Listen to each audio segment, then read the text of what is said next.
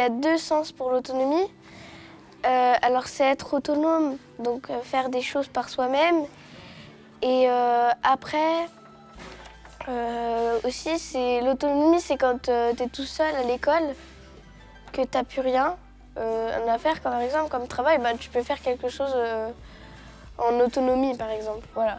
Mais plus important, c'est l'autonomie de soi-même. C'est quand on est capable de faire des choses seul et avec de la responsabilité en étant mature.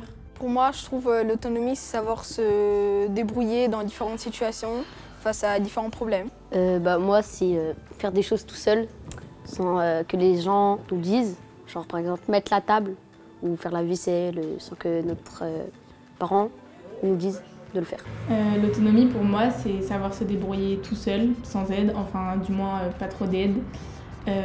Savoir se retrouver seul sans paniquer, pouvoir se débrouiller avec les choses que tu as à côté de toi et ouais, en fait, savoir avancer tout seul sans l'aide de personne et arriver à te gérer au mieux toi et qu'il n'y ait personne pour venir t'aider à ce moment-là. Pour moi, l'autonomie, c'est quand on n'a pas besoin forcément de nos parents pour se débrouiller seul. Pouvoir ne pas forcément avoir besoin d'aide, que ce soit de nos parents, de nos frères, de nos sœurs, tout ça.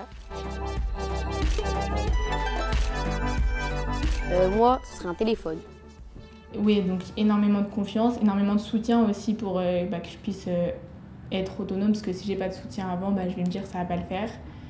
De l'amour un peu, entre guillemets, c'est un peu bizarre, mais que je me dise, ça va aller, il y aura toujours des gens de toute façon, mais ce serait bien que je me débrouille un peu seule quand même. Je trouve après, pour devenir autonome, un téléphone c'est très pratique. Tu peux appeler tes parents, tu peux rechercher des choses sur internet, tu peux avoir différentes informations, c'est très pratique. Eh bien, de ta tête, tu dois apprendre aussi. Tu peux demander pour apprendre des choses comme ça, après tu deviens autonome petit à petit pour les faire, ces choses. Et du coup, voilà. On a besoin de maturité, de confiance et d'être sûr de soi et de bien réfléchir, d'avoir une bonne mentalité. Un peu plus de liberté peut-être.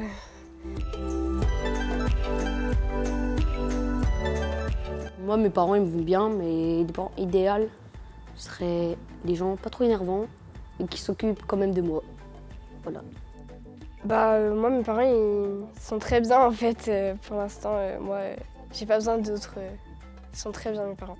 Pour moi, des parents idéaux, c'est des parents qui laissent quand même de la liberté à leurs enfants, mais avec un cadre quand même fixe.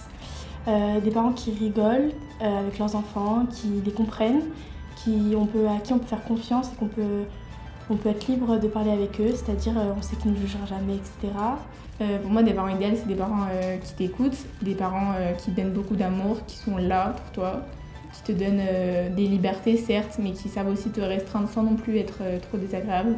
Ils sont là, et partagent des choses, des délires, qui peuvent avoir des discussions profondes, mais en même temps passer plein de moments avec toi et qui ne soient pas des parents tranquilles, mais en même temps, tu sais qu'ils sont là derrière toi, En fait, c'est les seuls parents que j'ai, c'est les parents que je voudrais pour toujours. Voilà.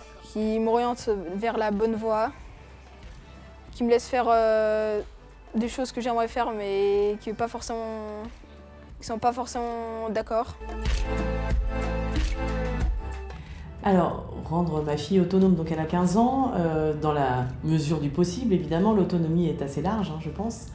Aujourd'hui, moi, je lui demande d'être autonome dans l'organisation de ses cours scolaires, dans ses déplacements, dans la préparation de ses affaires pour le lendemain, par exemple, ou l'organisation et la préparation de ses cours, ses devoirs aussi. Beaucoup les déplacements, parce que j'estime qu'à 15 ans aujourd'hui, habitant au centre-ville, elle est capable de se rendre à son lycée toute seule.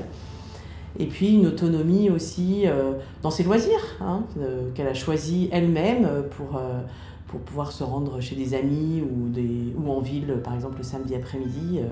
Voilà, que je n'ai plus à faire forcément des trajets lassants et souvent nombreux quand ils sont plus petits, pour des activités aussi extrascolaires. Voilà, une autonomie raisonnable et dans la mesure du possible. Alors pour moi, ce que ça signifie principalement, c'est l'aider à pouvoir se débrouiller toute seule, à la préparer à sa vie d'adulte.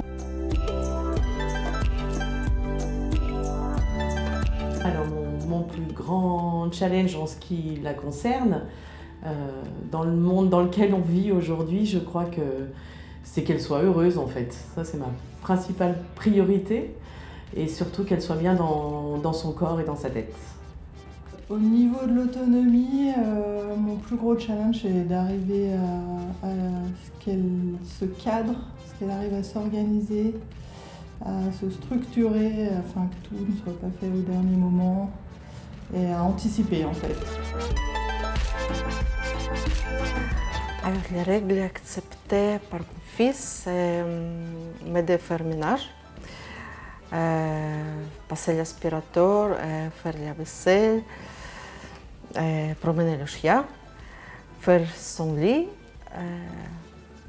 Alors, j'ai globalement de la chance parce que j'ai une jeune fille qui accepte assez bien les règles, qui sont assez bien définies à la maison. Je crois qu'il n'y a pas trop de surprises. Elle connaît le fonctionnement parental de son papa et de moi-même. Donc globalement, elle accepte un peu tout, même s'il y a des portes qui claquent de temps en temps, sur une frustration forcément, sur des choses où on va lui dire non, sur des sorties trop tardives le soir par exemple, voilà.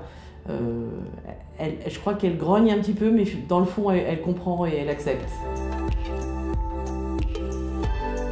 Alors, je crois que je suis dans l'obligation de lâcher prise sur la consommation du téléphone. Malgré tout, j'essaye de lutter et on essaye de lutter avec son papa, mais ça, c'est quelque chose sur lequel on est obligé de lâcher prise parce que ça serait la guerre du matin au soir. Et là-dessus, je crois qu'on lâche prise. Par exemple, si normalement il doit aller au lit à 21h, mais s'il ne va pas au lit à 21h, même 22h, s'il veut aller au lit à 22h, je suis d'accord. Regarder la télé le soir, parce que normalement il doit arrêter de regarder la télé 1 heure avant d'aller dormir. Mais s'il veut regarder la télé, des fois j'accepte. Sur le manque d'anticipation aussi, pour justement qu'elle arrive à s'autonomiser, voilà. J'arrive des fois, elle me demande de la laisser gérer et lui laisser le temps de faire les choses.